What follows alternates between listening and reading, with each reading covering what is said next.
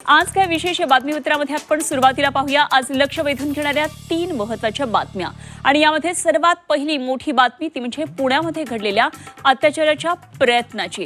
नसरापूर प्रकरणानंतर सर्वत्र एक संतापाची लाट संपूर्ण राज्यात उसळलेली असताना इकडे पुण्यामध्ये आणखी एक चीड अडणारी घटना समोर आलेली आहे। एका 9 वर्षाच्या मुलीवर तिच्या आजोबाकडूनच अत्याचार करण्याचा प्रयत्न झाला। या आरोपीला पोलिसांनी अटक केलेली आहे। काय नेमके या घटनेविषयी आणखी सविस्तर तपशील आहेत या संदर्भात आपण या बातमीपत्रामध्ये माहिती जाणून घेणार आहोत। दुसरी मोठी बातमी नसरापूर अत्याचार प्रकरणातली। आरोपीने चिमुकलीच्या तोंडात बोळा कोंबलेला होता। अत्याचार केल्याचं शवविच्छेदन अहवालात आता उघड झालंय आणि त्यानंतर तिचा मृत्यू झाल्याची खात्री करण्यासाठी आरोपीने तिच्या छातीत जोरदार बुक्की मारली असंही वैद्यकीय अहवालात म्हटलंय। अत्यंत थरारक असं हे सगळा घटनाक्रम आहे आणि या संदर्भातल्या आणखी तपशील आपण या बातमीपत्रात जाणून घेणार आहोत।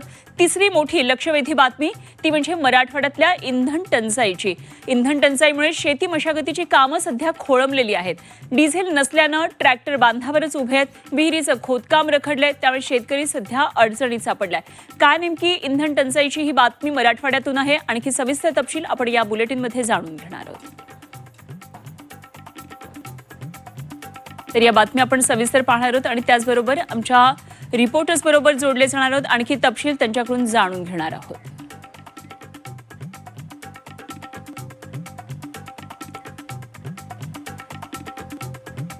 तर पुण्यामध्ये चिडणारी पुन्हा एक घटना घडलेली आहे। खरं तर नसरापूर घटनेनं संपूर्ण महाराष्ट्राला हादरा बसलेला असताना अशा प्रकारची घटना पुण्यामध्येही घडली आहे। तेव्हा या सगळ्या सविस्तर बातम्या आपण पाहणार आहोत आणि त्याचबरोबर तपशीलही जाणून घेणार आहोत।